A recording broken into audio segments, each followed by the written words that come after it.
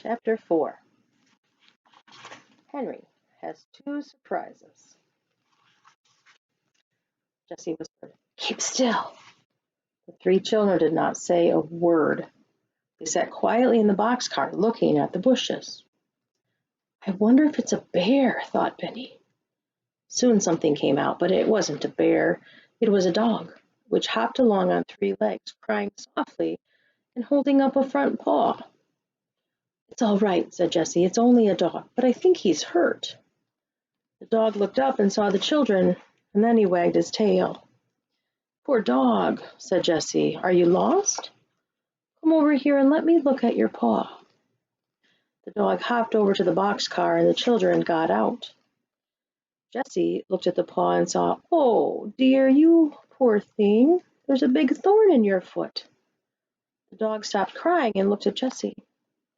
"Good dog," said Jessie. "Maybe I can help you, but maybe it will hurt."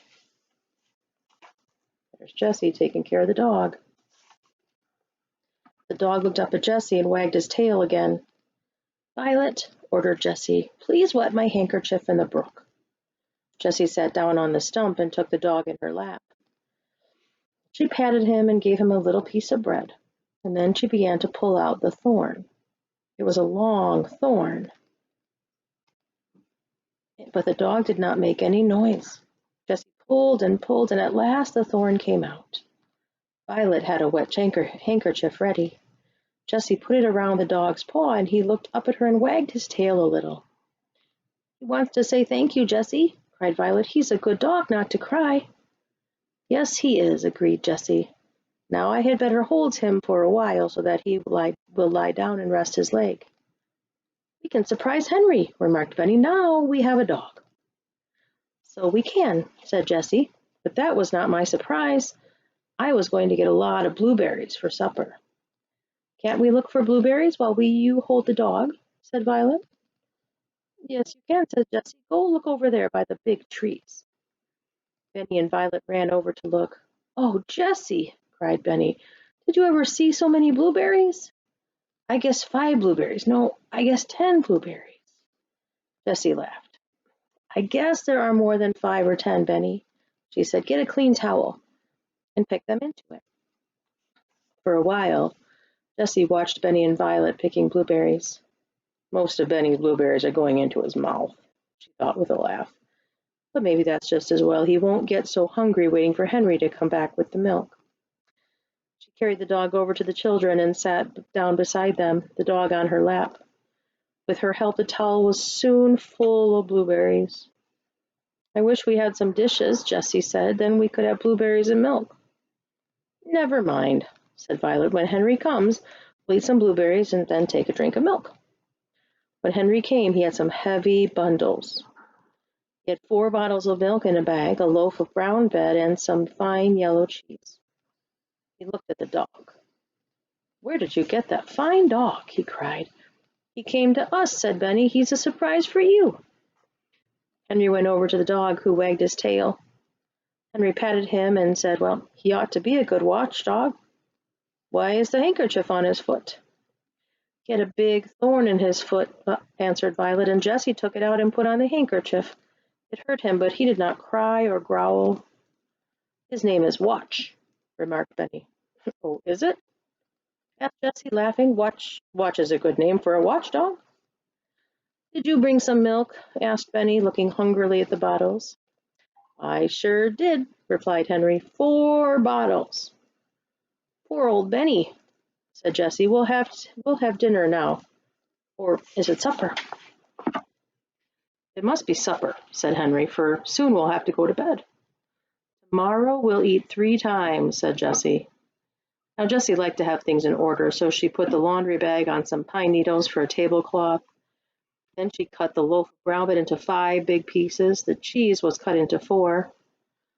"Dogs don't like cheese," remarked Benny. The poor little boy was glad too, for he was very hungry.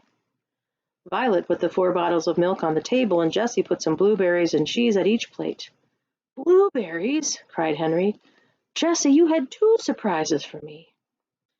"I'm sorry we haven't any cups," Jessie said. "We'll have to drink out of the bottles. Now I'll come and sit down." So supper began. "Look, Benny," said Henry. "You take some blueberries and eat some brown bread, then some cheese, and then take a drink of milk." "It's good," said Benny. He began to put more blueberries into his mouth. The dog had supper too. Jessie gave him bread as he lay on the ground,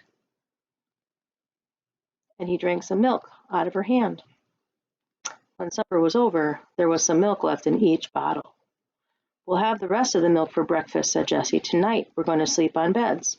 Let's get some pine needles now." Soon the children had a large pile. Henry jumped into the boxcar, and Jessie gave him the pine needles. He made 4 beds in one end of the car. "This side is the bedroom," said Jessie. "What will the other side be?" asked Benny.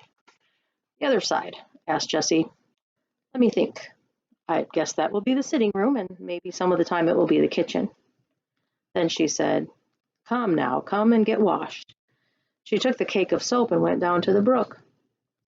"This will be fun, Benny," said Violet. "We'll splash our paws in the brook just like little Brown Bear does." She knew that Benny did not like to be washed. The children were all very hot, so they were glad to splash in the cold water. Benny put cold water and soap on his face with the others and dried his hands on a towel. "We'll have to have a line to dry the towels on," said Jessie. So she took the string out of the laundry bag and tied one end of it to the tree. The other end of the string she tied to the boxcar. This made a good clothesline. When she had washed one towel and Violet had washed the other one, they hung both towels on the clothesline. "It looks like home," said Henry. "See the washing?" He laughed. Jessie was thinking, "We ought to get some water to drink before we go to bed, but what shall we put it in?"